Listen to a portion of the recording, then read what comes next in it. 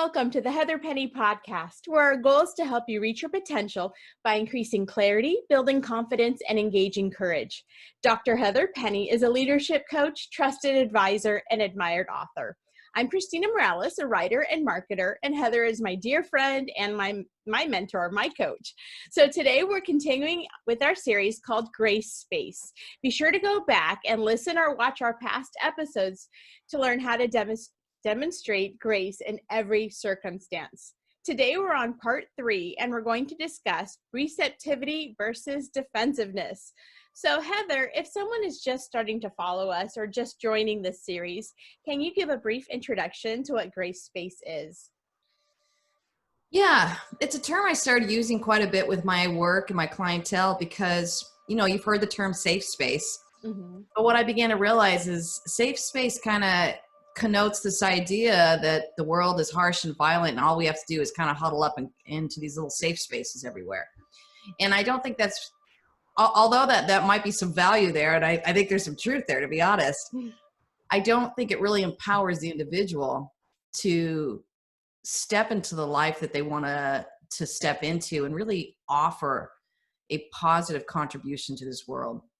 And so grace space, I feel like, is this next level that says we don't have to go around creating safe spaces as much as I think a higher level is going around and creating grace spaces. Mm-hmm. And in this idea of grace, I'm using the word, kind of the basic definition of it is to be considerate, to be thoughtful, to respect one another's positioning, and to kind of invite people into an open dialogue and the sense of, I care about you and I know you care about me, and I think we can find a bridge together. So you can see how that's a much higher level thinking to be a part of a grace space versus just a safe space. So as I started working with this, I saw 7 main points of how we create grace space, just so we know what we're talking about. So yeah, today I'm excited to talk about the third one, which is the receptivity versus defensiveness. Mm-hmm. And so just hearing the words receptivity and defensiveness, it has me putting up walls because they mean that a potential or an ongoing conflict is at hand. After all, we don't use these words in simple conversation like, what should we have for dinner? I'm receptive to fried chicken any night. So do you think people in general know how to disagree or fight properly? Is it our words or our attitudes that need help when conflict arises? Well, I'm sorry, Christina, you got me thinking about fried chicken now. I was like, ooh, do you have a good recipe? Yeah, that's how my mind works. So hang on, I'm catching up. You lost me at fried chicken. See, we're receptive to fried chicken. Exactly. Yeah. That's that last part of the question after the fried chicken. So do you think people in general know how to disagree or fight properly? I mean, that determines whether we're receptive or whether we're defensive. Is it our words or our attitudes that cause these responses? Okay, yeah, I see what you're saying. I think there's this basic core belief that you can take into this world, and this is something I've seen in my kids as a parenting. You can actually believe that the world is against you or the world is interested in you. Mm-hmm. And you can see that if you go into the world kind of positioning for yourself for who's going to get me next or who's against me next, it creates a very defensive posturing. Certainly there's people out there to get you. I'm not going to say there isn't, but it's much less than I think we realize. Mm-hmm. And if we can step in the world saying who's out there to listen to me, to be on my team, to support me, you can see that that's actually the relationships and the conversations we'll start cultivating. So kind of your basic core belief of what you think and what you believe about the world can actually influence a more receptive world or a more defensive world. Mm-hmm. So when I think of receptivity and defensiveness, I think my responses are also based on 2 basic things: who's bringing up the confrontation and the topic itself. For example, my husband can tell me, hey, Christina, this month is going to be a little bit tight. Can you watch our spending? And I'm like, sure, okay, because I know that he wants what's best for our family, and he's just helping our family. Now, let's say I'm having a girls' night out and I want a pair of shoes, and my friend says, are you sure you want to buy those? Those are a little expensive for you. Now I'm going to get ticked off. So are those like two basic things, confrontation, who's bringing it up, and the topic? Or are there other things also that make us respond differently to these? Oh, wow. That's a great question. I like that thought. So I think people have to earn the right to speak into your life, right? So Mhm. let's just take your husband's example there. There's a higher level of trust there. There's a high level of partnership there. So there's a trust that you both have developed in your partnership. And so when he speaks into your life and talks to you about something about the finances, you're going to receive that. It's going to be Yeah. a receptive thought to you. But someone who has not earned the right to speak into your life, you're going to be defensive, and that's appropriate. Um, but if you were to say to your friend, hey, my husband asked me not to spend any more money, help me with this, That's good. Yeah. right? That's a receptivityness that you're inviting that friend into. And so now you have the ability to be receptive to it. However, if you have not invited your friend into that and she just volunteers that, that's where you start creating this defensiveness. And I think it's appropriate and it's healthy. Mhm. So when we talk about these gray spaces, I don't want to say that receptivity is good, defensiveness is bad. It's Mm. just that if you want to grow more of gray space, you're growing a receptivity and relationships that are helping you be more of a receptive person versus a defensive one. So let's go back to your friend. Uh-huh. If she were to recognize that she's putting you on the defense, then that would be a healthy relationship. But if she doesn't recognize that and doesn't care and thinks she has the right or entitled to say these things, you want to take some steps back because there's a lack of respect or trust there and it hasn't been earned. Mhm. So then the receptivity and the receptiveness of her comments aren't going to be welcome. Does that Mhm. help? Yeah, actually, another thing came up this morning and it was making me think about it. So my husband said, hey, can you strip the beds, our kids' beds, and then I'll wash the sheets and make them? And I'm like, got totally defensive, saying, I'm working, you have today off. And I had to step back and think, why am I so ticked off? All he said was, can you strip the beds and I'll do the rest? But it was because of it's my own issue of insecurity, because all this time I'm like, I'm working. But for so long, I was just a blogger. And people said, oh, you got paid for that? You get paid to do that? Or what do you do at home? You're just raising your kids. Because I would be a stay-at-home mom, and then at night I would work. And so I was invalidated for so long that when he said, hey, will you strip the beds? I'm like, well, wait a minute. This is my work day. And so that was my issue of defensiveness. So I Yes. thought that was so interesting that that came up this morning. That's a great example. And a way to handle that in order for you to create that gray space and be receptive is you did it great. You checked your own heart, you checked your own mind, your own beliefs.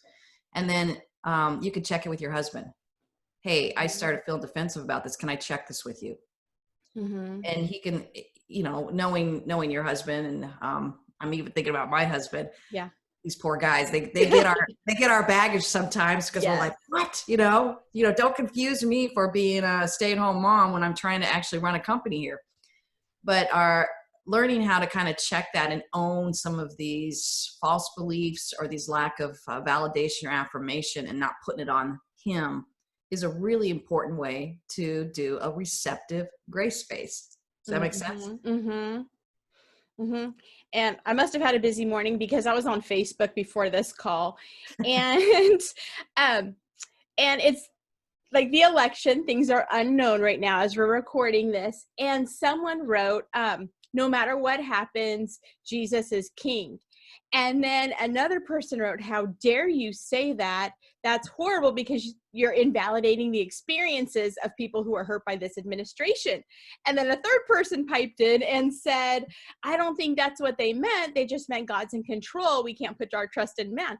So it's so interesting how some people are receptive, some are defensive, and we're all looking through a different filter. So I don't even know the person who wrote Jesus is King, but it depends on our experiences with religion, with politics, and Right. all of that, and whether we've been hurt or not. And so, how do we work in this world that's very defensive? Yeah, it's so true. And let's just get a couple things straight here. Social media, one-sided conversation, and Uh-huh. then having a one-sided conversation about two really loaded areas of religion and politics. Right? No idea, everybody. Can I just say that for the record? Can we stop talking about these loaded topics on a one-sided social media platform? Right. So let's agree on that. But I see what you're saying. Why waste your time and emotional energy to step into a defensive space when you could engage a receptive space? If I saw that, I would just keep scrolling past it because I'm only interested in participating in receptive conversations. And clearly, I'm going to be attacked or confronted or challenged at times in life. And so when it comes at me, I'll deal with it. But I'm not going to volunteer for it. That's what I'm kind of confused about watching our world going, why are you so committed to these defensive conversations when you actually could be about a receptive conversation? So stop raising your hand in the front row, so to speak, saying, pick me. I want to have a conflict with you. That's the silliest thing I think I'm seeing with our humanity right now.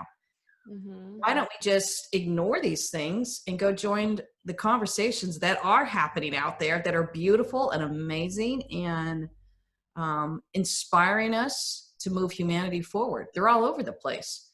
But part of being a person who's committed to this grace space and specifically receptivity is kind of just being very selective about the conversations you're joining.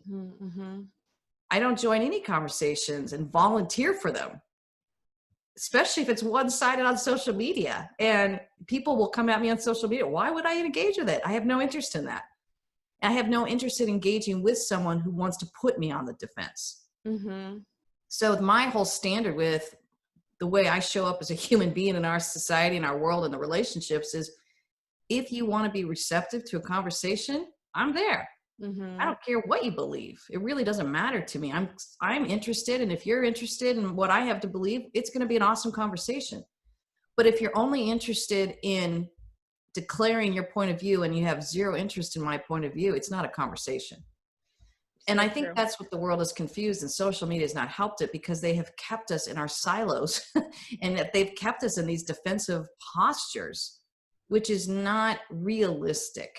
It's not a realistic conversation. It's not a realistic or authentic relationship. It's a lot of ridiculousness that's keeping us kind of thwarted as human beings. And I think that's what's hard to watch is we've let go of some of our humanity and remembering that it doesn't matter what we believe. We all have some common universal connections. Things like everybody believes in the need for love. I mean, that's a basic thing. You can always find a common place to connect with somebody regardless of some of these loaded topics. And the fact that we've gotten so defensive about it, it's stopped the conversation. So all it is that people living in this defensive space. So the antithesis of grace space would be like a shame space. Shame on you for thinking that. Actually, I was thinking that like the opposite of grace space would be shame game, So we were talking about, like your worksheet, it says grace is the quality or state of being considerate or thoughtful, courteous, goodwill, or a willingness to be fair and honest. And so it seems like the opposite would be shaming, to put yourself first and to say what's best for me and not consider the other person. And so like, if it seems like if you live by this definition, it should eliminate the second half of this topic, defensiveness. If we lived in grace, we wouldn't have to be defensive because we wouldn't feel like somebody's attacking us. So how can we bring more grace into our workspaces and our homes? How do we model this? Well, I'm sorry that I just have to back up a second. That's an awesome connection you just made. Yeah. And it's fun that we're both on the same page with it. Yeah. It's probably why we're such great friends. Yes. Because there's this awareness that we don't want to be a part of the shame space. And I think then to follow up with your question of how do we participate in it, it's exactly that. The clarity of this is a shame relationship or a shame conversation, and this is a grace relationship or grace conversation. That simple awareness allows you to be very selective.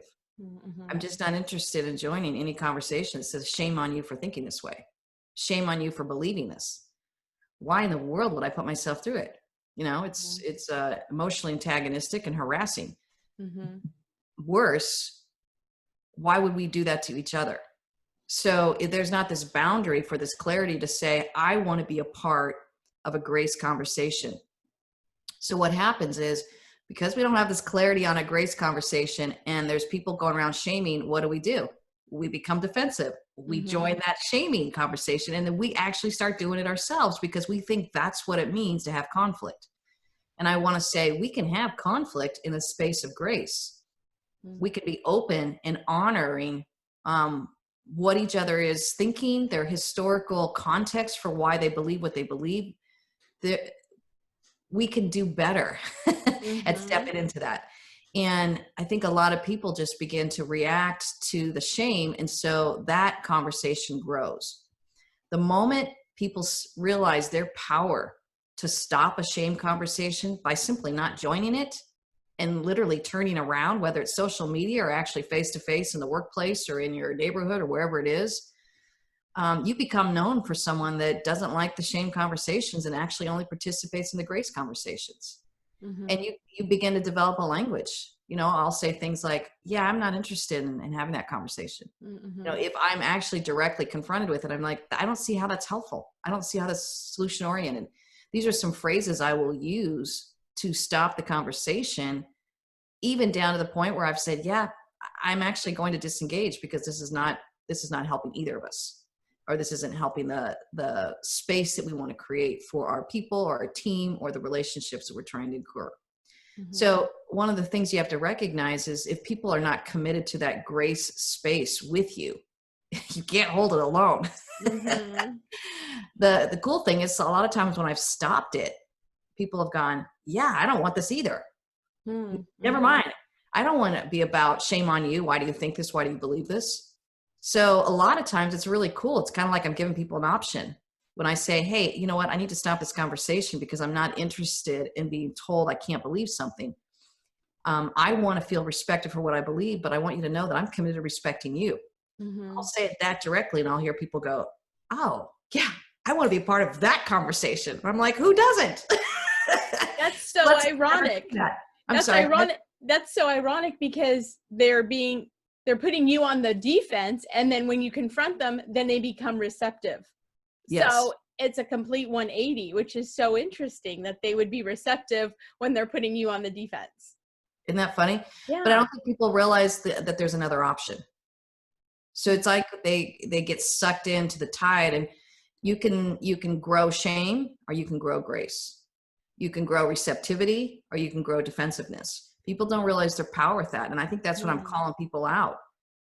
Let's all get better at growing our receptivity. Let's get better at growing that. Let's recognize our role in shutting down this shame and the shame spaces or anything that's created defensiveness. It's doing no good and only harming our society as a whole. And you brought up a good point. You work with a lot of teams, and it seems like the people who make us feel defensive are the loudest and cause us to spend the most energy on them, worrying or coming up with arguments or having to build the courage to speak out against them. Do you think most people are receptive and just the defensive people are loud and it feels like there's so many? Or like, are most people receptive and are kind and do show grace? What do you think? Yeah, sometimes those loud shame-based thinkers and accusers kind of can control the environment. You're right on. I think a strong leader, or if it's not in the leadership realm, a strong human being can see it and can confront it. It becomes this almost this righteous indignation of saying, no, not on my watch. You don't get to do that to my team. You don't get to do that to me. And I think that's, if I ever feel, quote, defensive, that's kind of why I'm saying, yeah, let's not put them in the good or bad category. But if I ever get defensive, it's defensive for my people, my team, my family, anyone who wants to shame my kids, who they want to shame, my husband, my friends, my beliefs. Well, no, I'm not going to sit there and be receptive. I'm going to say, we're done. And this isn't helping. And I teach leaders that. We get to stay open and receptive until someone is antagonistic and they want to change the culture or the conversation into shame. a good leader stops and recognizes that quickly. Mm-hmm. And I like how you said, like I thought, okay, being receptive is good and defensive is bad. But like you just said, like you can be defensive about the right things Mm-hmm. and you don't have to just roll over and be receptive. You don't have to let them take your power. And so that's new. That's eye-opening for me. Isn't that cool? And it helps you feel like I get to be a receptive person, but when I need to be defensive, I'm doing it for the right reasons. Mm-hmm. I've literally stood up in a group and I have said, I've had to shut down kind of this conversation in a professionally respectful way. I'm saying, okay, this line of questioning isn't helping the room. Mm. This isn't helping the team. I need us to pivot to a better question. So I'll say it really directly because that's my role as the leader or the coach or the consultant when I'm in the room, is to keep the conversation on a grace base. So I have no problem addressing it. It's just you have to recognize that you have the power to shift the conversation, but you also want to be very protective. If you're the one in control, you're always monitoring, are we staying in the grace space?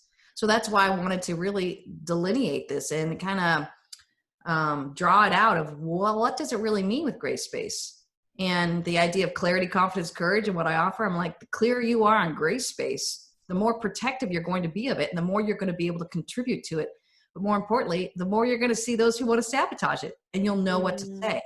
You know, when I'm in a room and I see an individual, especially when I'm in my coaching world and I'm working with teams and I see an individual who wants to sabotage the grace, yeah, I'm going to stand up and I'm going to handle it because the team needs me to do that as a leader. And they're aching for someone to create a grace space. They don't realize it, but they want to be able to say what they want to think. And I don't want an emotional bully in the room saying, you're not allowed to think that, because what happens, the whole room just goes quiet and they get intimidated by one person. Because nobody likes to feel the shame. So, and the cool thing too is, you know, I really have compassion for some of these individuals who are spouting shame, because what does it mean? They've been given shame. So if they're willing to see it, I love working with them. And I will work with them really carefully. And I'll say, listen, your leadership presence and voice is destructive in this room. Are you interested in a better way? Because you have the power to do something different. And it's really cool when someone says, yes, but I don't even know what that is. I said, don't worry, we'll figure it out together and I'll show you another way. So I'm committed to that. And that again goes back to receptivity. I'm receptive to anyone who's receptive. But if they say, no, I don't want what you have to offer, I want to live in this shame space and that's all I want to offer, well, you can see that that's not going to work for me or for the team, and frankly for themselves. They just don't realize it yet. Do you think most of the people who are shaming others, do they realize what they're doing, or is this just them spewing out whatever comes to mind? Do they know that they're hurting others? I would say, honestly, let's throw them a bone. I think most of them don't realize it. I think most of them just were treated that way. So my job as a leader is to offer them a better way. As a friend in my personal world, it's to say, hey, have you thought about offering it this way? If we have a high trust level, they're thanking me for it. And I've had friends do it for me. You know, they'll call me out in some ways and I go, wow, thank you for taking the time to tell me, because I care what you think and I'm a better person because you spent the time to just let me know that, hey, this didn't feel good. So I think how we stay receptive to those people around us that are committed to grace is how we grow. But we don't want to be receptive to those who are committed to a shame-based. You know, we want to be more defensive. So going back to, there's a time to be defensive, except if we live only in that defensiveness, we create a shame-based culture and a shame-based conversation. And it seems like when people are shaming others, it's to build themselves up. It's their own insecurity and they don't have their own clarity. So it goes back to your 3 C's also, where they're unhealthy. And so we need to show them grace because, like you said, they've been shamed, they're broken, and that's why they act the way they do. Yes. And by showing them grace, then, I mean, you're living it out. That's perfect. Yeah, in reality, we've all done it. We've all shamed. We've all participated on the other side of the coin that we shouldn't be doing, you know? And I think, again, you're giving yourself grace to grow. You want to give other people grace to grow. So that's all the time we have for today. What? We're done already? I can't believe it. I know. Thank you. This has been eye-opening. As always, I always go, oh, I always have an aha moment. Oh, I didn't think of it that way. Oh, defensiveness. What was your aha moment? Defensiveness can be positive. I always thought, okay, you need to be receptive, but you can be defensive and have that power to defend yourself. You know, I'm a fight or flight, and usually I flee. And so you're teaching me how to fight and stand up for myself and say, no, that's not okay. Because usually I just run away and cower in the corner and go, okay, you can't hurt me anymore. I'm not going to call you. I'm not going to be a part of it. But it's like, then they're going to keep doing it and they're not going to see anything wrong. And so it's okay to stand up for yourself and to say, no, that's not okay. You can't treat people like that. Oh, that's great. That's a great aha moment. And honestly, one word comes to my mind: boundaries. Yeah. That's what helps you stay in that space. Defensiveness done in a healthy way is good boundaries. Yeah. And it's hard because I'm such a people pleaser. So it's like, you don't have to please everybody. I know. It's been my journey too, Christina. Yeah, this is going to be a long journey. Okay, this is podcast number 19 out of 384. Yeah, put a note down there about boundaries. All right, we're going to need a lot more podcasts. So, so join us next time when we address the next topic in gray space: constructive language versus destructive language. Please subscribe to the Heather Penny podcast, and for questions, comments, and resources, visit heatherpenny.com. Remember, to live your best life, you have to live intentionally. Have a great day, and we can't wait for you to join us next week. Thanks, Heather. You're welcome. Take care, everyone.